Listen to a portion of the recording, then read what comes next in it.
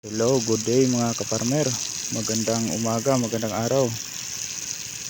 Ngayon mga kaparmer, update tayo sa ating pipino na 7 days na ngayon mula nung nagseeding tayo.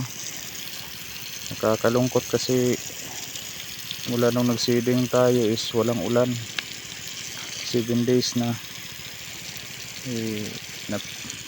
wala tayong choice kundi magdidilig. Mas maganda sana kasi yung ulan iba yung reaksyon ng tanim at saka yung pagtubo ng tanim pag ulan. Pero kaya nga maraming hindi nakalabas.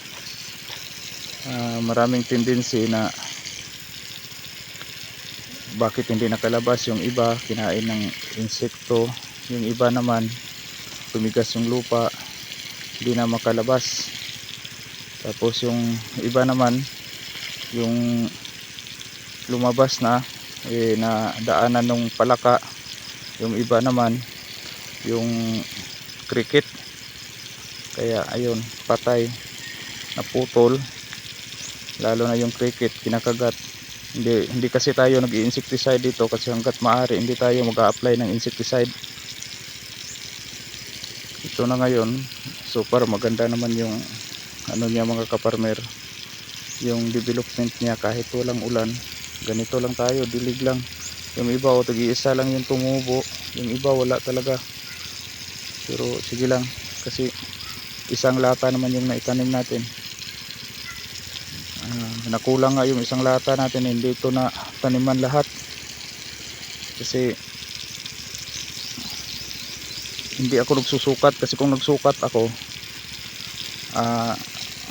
sobra sana yung isang lata kasi mas malayo pa yung distansya nito, nasa 60 cm. Ginawa natin distansya lang, kaya yun nagkulang.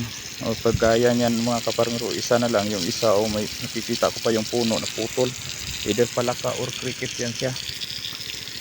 Balikan natin na sabit yung ano, hose.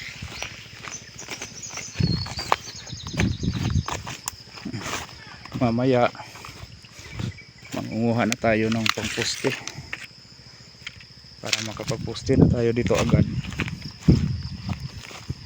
10 days mga Huwebes, pwede na tayo mag-apply ng abono. 10 days after seeding.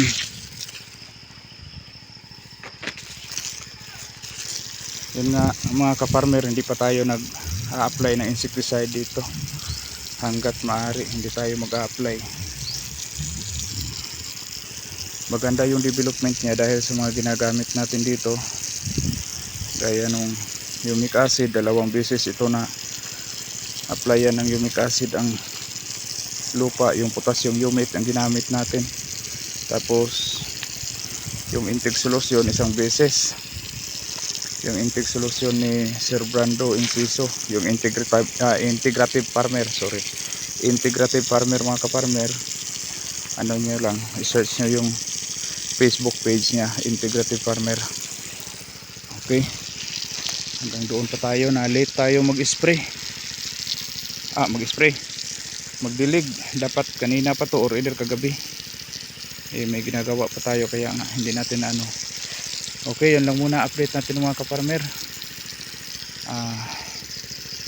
Hanggang sa susunod, laging tatandaan, magsasakang may alam, maginhawang buhay, ngunit huwag lang ipagmayabang sapagkat Diyos ang nagbigay. Maraming salamat.